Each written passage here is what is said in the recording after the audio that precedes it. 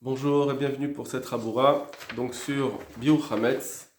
Alors, Bezrat Hashem, on va juste essayer de faire un sikoum résumé comme il faut, de bien comprendre ce qui a été dit pour Rashi et Tosfot dans ce qui est la mitzvah de Tashbitu, Baléreo. On va surtout se concentrer là-dessus parce que comme c'est un peu dur, il y a pas mal de choses à savoir. On va essayer de regrouper maintenant tout ce qu'on a vu dans la semaine. Alors, donc on reprend. D'abord, on avait trois psukim. On a trois psukim dans la Torah, dans la paracha de Bo, qui sont Tashbitu, Balireu ou Balimatse. Donc, Tashbitu, c'est annuler, on va dire, arrêter de posséder du Hametz. C'est une mitzvah positive. D'accord? Tashbitu, tu dois faire un Shabbat de ton Hametz. Tu dois arrêter le Hametz. Tashbitu. Ensuite, tu as Baliré ou Balematse, qui sont chacun, tu ne verras pas, on ne verra pas, on ne trouvera pas de Hametz qui t'appartient. Donc ça, en fait, c'est une mitzvah négative, de ne pas avoir du Hametz. Et là, c'est une mitzvah que la Gemara nous dit, ça découle, c'est relatif à Tashbitu. D'accord? Donc ça, je vous laisse voir le Raphaël Mibrisk dans la Souga, qui parle un petit peu de ça, c'est intéressant, par rapport au Rambam. Alors, on a donc ces trois mitzvot-là. La mitzvah principale, c'est Tashbitu, qui va nous permettre d'arriver à l'Oirae Veloimatse. Alors, c'est quoi cette mitzvah de Tashbitu? Comment on va l'accomplir pour pouvoir arriver à Baloré Matse? Ça, c'est ça le début de la souga entre Rashi et Tosfot. Et ensuite, on verra. Alors, comme c'est marqué dans la Gemara d'Alet Amoudbet, on dit comme ça. La Gemara nous dit Bitul Be'alma Sage. Alors que Minatora, je peux juste avoir un bitoul. Dans la Torah, c'est pas écrit le mot bitoul. C'est pas écrit. C'est juste dans la Mishnah, comme on verra, et dans la Gemara, qu'on voit qu'il y a un digne de bitoul. Le bitoul, c'est-à-dire une annulation de la possession, c'est abstrait, c'est pas une destruction du Hametz. C'est même si mon Hametz il est devant moi, je fais un bitoul, ça me suffit pour l'annuler. Et là, c'est rien écrit dans la Torah. D'accord? Donc c'est ce bitoul-là, il suffit, c'est ça que la Gemara nous dit, le bitoul balmasag et minatora. Et après, donc, on aura la bdika qui est midera-banan, quand j'ai fait le bitoul. C'est ce qui est marqué, c'est ce qui est écrit dans la Torah, dans la Gemara. Si j'ai fait un bitoul, minatora, il suffit. Ensuite, il me reste la bdika. Là, elle sera que midera-banan une fois que j'ai fait mon bitoul. Ça, c'est la Gemara d'Alet Amoudbet. Donc, il faudra comprendre d'où il sort ce bitoul, d'où je l'apprends. Et enfin, on a là le début de la Gemara de Psachim dans la Mishnah, hors les Yud Dalet Nissan, que la veille de Pessah, le 14, on doit faire la bdika, les Oraner. Et sur ça, Rashi nous dit pourquoi on fait cette bdika, c'est pour ne pas être over, c'est pour ne pas transgresser Baliré ou Balelmatse. Donc la compréhension pshuta de ce Rashi, c'est de dire que la bdika me permet de ne pas transgresser, donc ne pas faire la vera minatora de Baliré ou Balelmatse. Donc l'abdika, elle a une force minatora. Comme ça qu'on prend le ran de Rashi. Et donc on a quelque chose de nouveau, juste avant. D'où est sur ça Rashi? Puisque juste avant on a dit que la Gemara, elle dit dans Dafala Metamoudbet que c'est le bitul qui est minatora, l'abdika elle est midera banan. Vient Rashi et il nous dirait que l'abdika elle est minatora. Et surtout Tosfot qui pose sa couche, il dit puisqu'il y en a une Gemara d'Avav Amoudbet qui nous dit que même si c'est quelqu'un qui a fait une bdika, de toute façon il faut faire le bitul. On verra pourquoi. Alors si de toute façon je dois faire le bitoul, automatiquement, j'ai plus de bdika minatora puisque j'ai fait le bitoul. Donc où est-ce que Rashi nous invente, entre guillemets, où est-ce qu'on va trouver ce bdika qui sera minatora puisque je dois faire le bitoul? Voilà ce qu'il demande Tosfot sur Rashi. Maintenant, on va comprendre la chita de Rashi.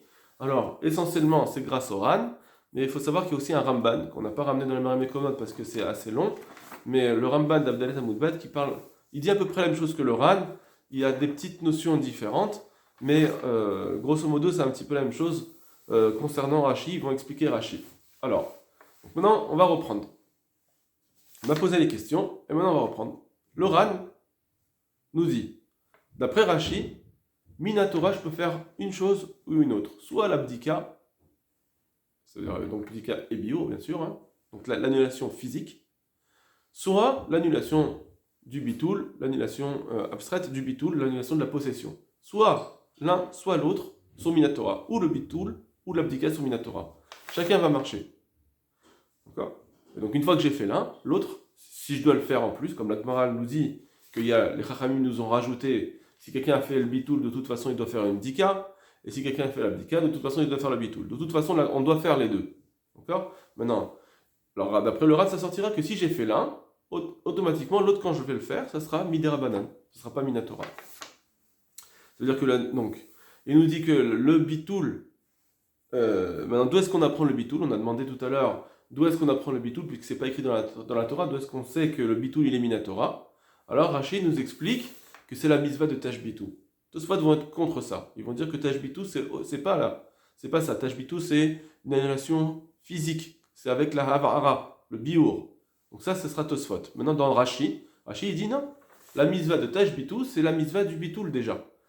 Comme c'est du même Tashbitou, chez Balev, un bitoul dans le cœur déjà ça suffit pour dire que j'ai accompli la mitzvah, puisque c'est pas marqué Teva Haru, c'est pas marqué ce Lachon là, c'est marqué Tashbitou. Donc ton mot Tashbitou, ça vient me dire, tu fais un bitoul, une annulation de ta possession, du Hametz, ça suffit pour dire que t'es Yotse. Bitoul chez Balev. Le Ramban va nous dire que de Rashi a plus forte raison que ça marche aussi le biour pour faire le Tashbitou. Alors que dans Tashbitou, c'est sûr que j'ai le din de aussi Teva Haru. Sur le Rashi va nous dire un chedouche, que même le bitoul Balev il marche.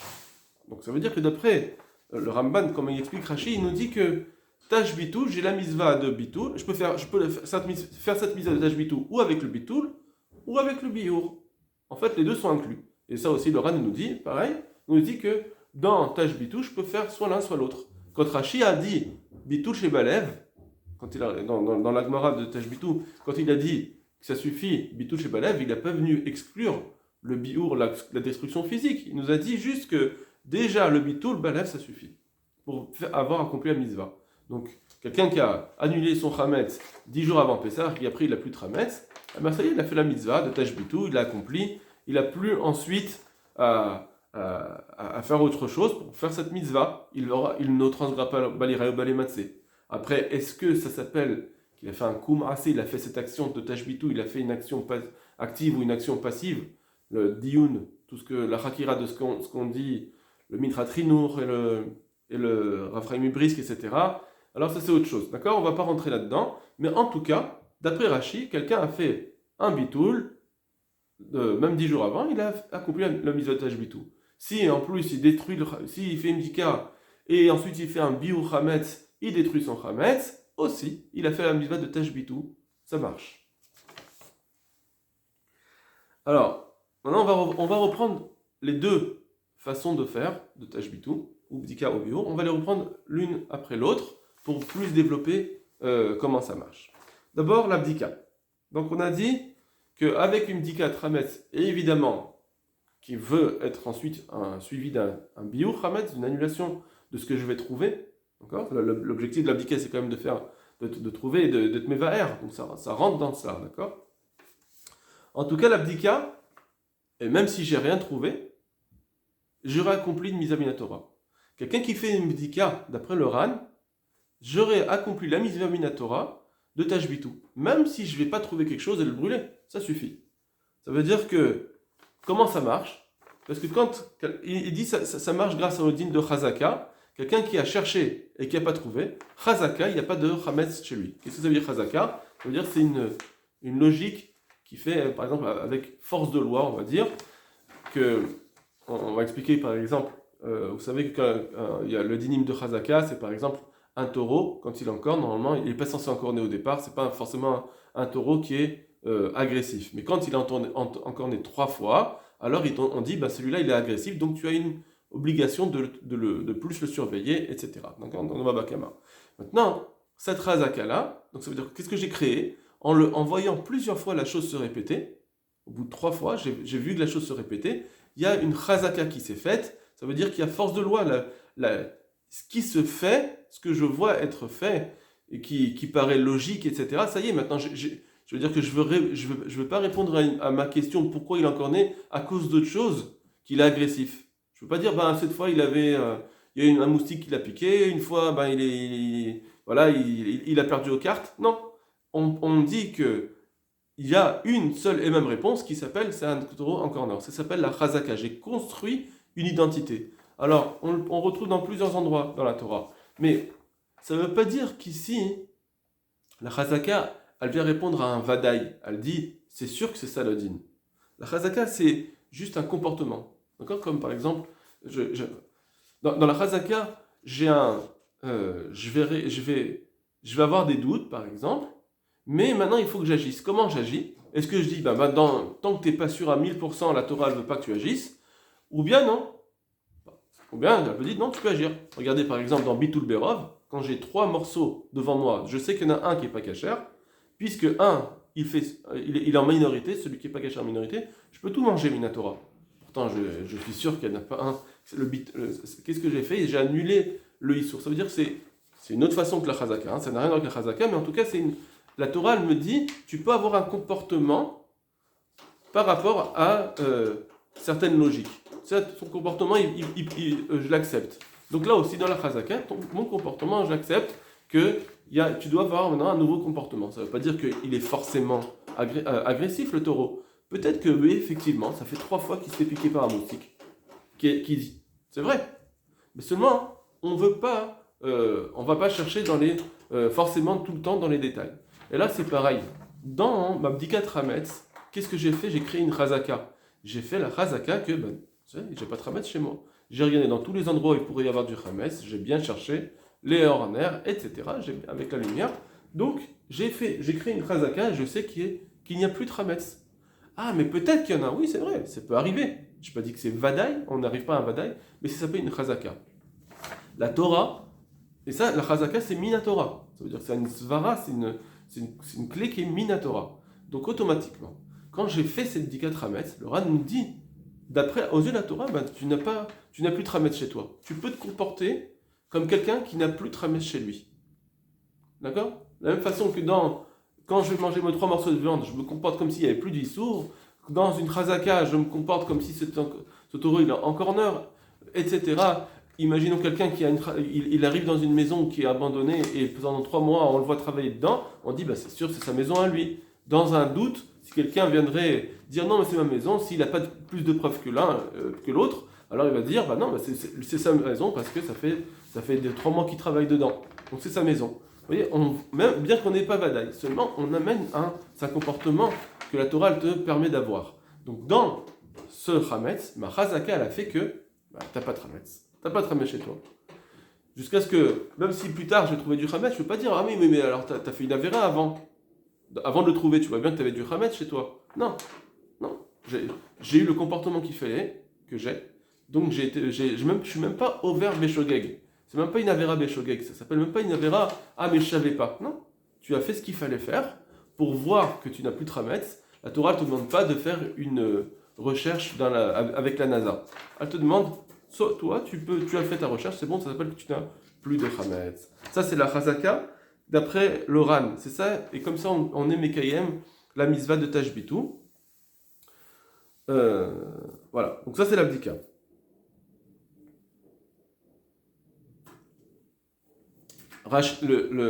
Il nous ramène des preuves, le Ran. Il nous ramène des preuves comme quoi la mitzvah de Tashbitu avec l'abdika, Trametz, les Oraner, c'est Minatora. Premièrement, parce qu'on voit que dans les psukim, que dans la Gemara, elle nous dit la Gemara, d'où est-ce qu'on sait qu'il faut faire les Oraner? Elle nous ramène des psukim. Elle nous apprend du Beth Amikdash, etc. Que la recherche avec un air, ça sera Minatora. Après, il nous dit peut-être que ça s'appelle une Asmarta, c'est pas sûr. Mais malgré tout, on voit qu'il y a une marloquette entre Ramim et Rabbi Yehuda dans la Mishnah. Est-ce qu'on fait l'abdika Léor Aner pardon, excusez-moi. Est-ce que. Il y a une marloquette, est-ce qu'on apprend de notar ou pas notar? Voilà. Comment je fais le biour? Est-ce que je fais la biour avec. Je peux faire la destruction avec autre chose ou je peux faire la destruction d'Afka en brûlant? Et ça, c'est le biour, on parle de biour. Donc, d'accord? Donc, d'après le Ran, on est dans Bdika plus biour. On voit ici qu'ils sont en marloquette sur du notar. Le notar, il le compare avec le minat.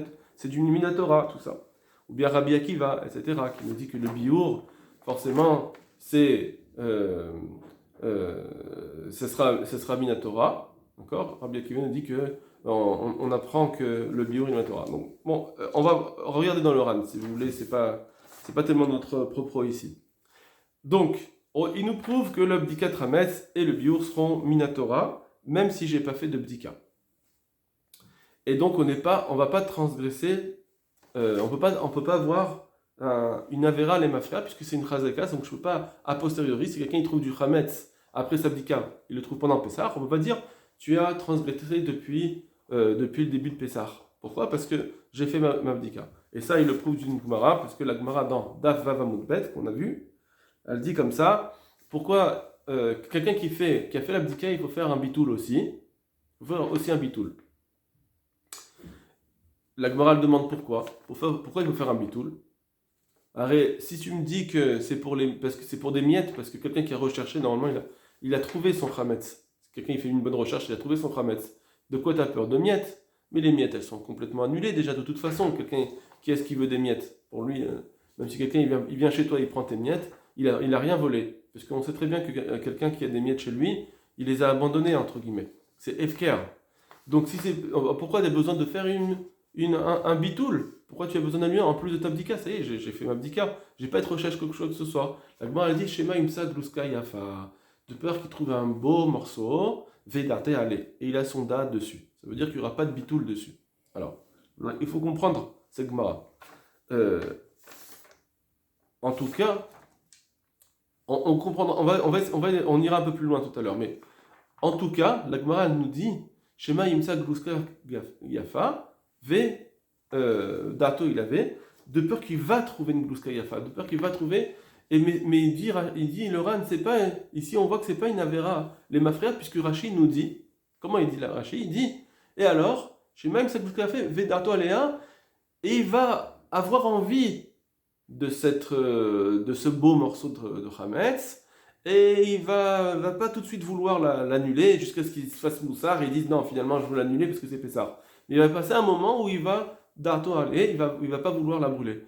Et donc là, il va transgresser. Donc on voit que c'est parce qu'il va transgresser, peut-être qu'il va vouloir ce morceau. On parle pas de si j'ai trouvé une gluskayafa, eh ben tu vas être ouvert avec ce qu'il y avait, le fait qu'elle était déjà là avant. Non, le fait qu'elle était déjà là avant, ça on n'en parle pas dans la Gemara. Ça c'est pas un problème. C'est juste un problème de peur que je vais vouloir garder cette glouskayafa. Et là, à partir de là, ça fait un nouveau problème, parce que tu désires ce morceau-là, et donc tu veux le kiyum de ce Hametz, tu veux garder ce Hametz à un petit moment donné, donc c'est au moins une acquisition, etc. C'est une acquisition.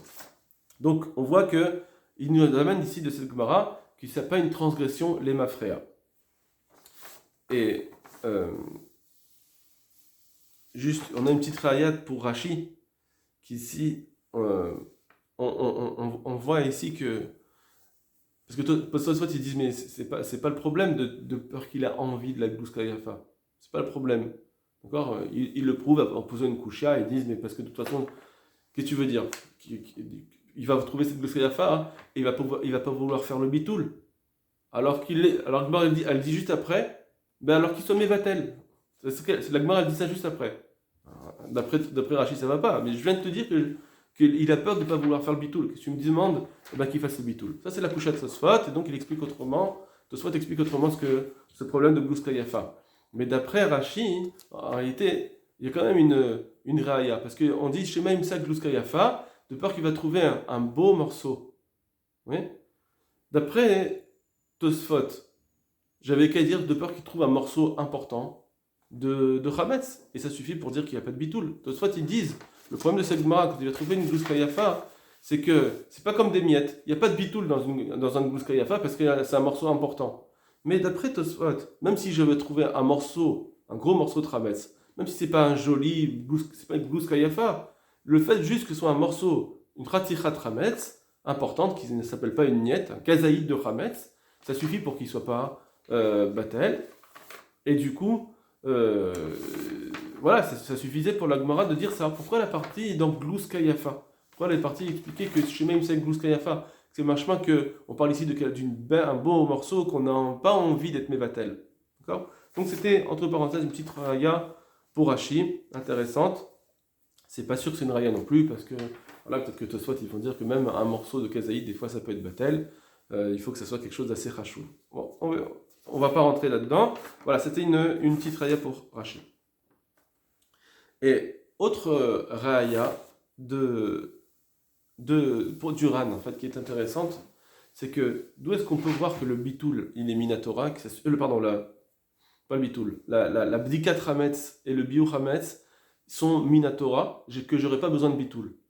Et bien, il nous dit, le Ran, on le voit déjà dans Rashi, dans la Mishnah. La Mishnah, elle nous dit, or les Nissan, il faut faire une bdika. Il ne parle pas de bitoul, le Tana. C'est que après, dans la Gemara, que Rav Yehuda Amar avait dit, malgré tout, celui qui a fait une bdika, il faut aussi qu'il fasse un bitoul. Le Ran, il va dire, ça c'est un rajout qui est venu plus tard, après, au temps de Rav Yehuda Amar.